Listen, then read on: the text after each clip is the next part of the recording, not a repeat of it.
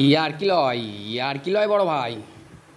আমার মায়ের সঙ্গে খাবারের কম্বিনেশানে কেউ পারবে না। কারণ আজকে রান্না করেছে কি জানো? ঢ্যাঁড়স ভাজি, পুঁইশাক দিয়ে কচু আর বিউলির ডাল। শালা আমি খেতে বসেছি না শ্যাওলা নিয়ে খেলতে বসেছি আমি বুঝতে পারছি না। ঢ্যাঁড়স হড়হড়ে, কচু পুঁইশাক, আর নাম নিলাম না, বিউলির ডাল। একটা ধরি তো একটা হাত থেকে ফসকে যায়। এই মানে অখাদ্য যেটা লাগে পটল ভাজা। কে মাকে বোঝাবে? পটল কাঁচা বেলায় যা, ভাজলেও তাই, সিদ্ধ করলেও তাই, রাঁধলেও তাই, ওর কোনো পরিবর্তন নেই। পটল একটা খাবার জিনিস হলো? ওটা একটা খাবার জিনিস বড় ভাই? বলো, পটল খায় কেউ?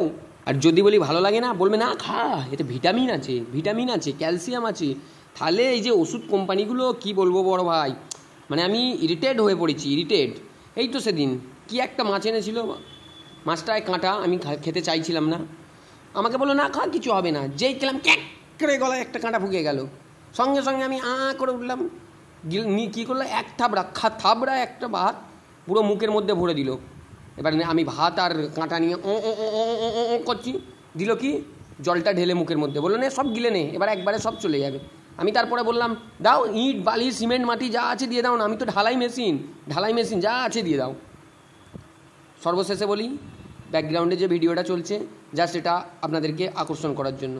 বাকি মানে আমার জীবনের কথা কাউকে বলতেই চাইছি না।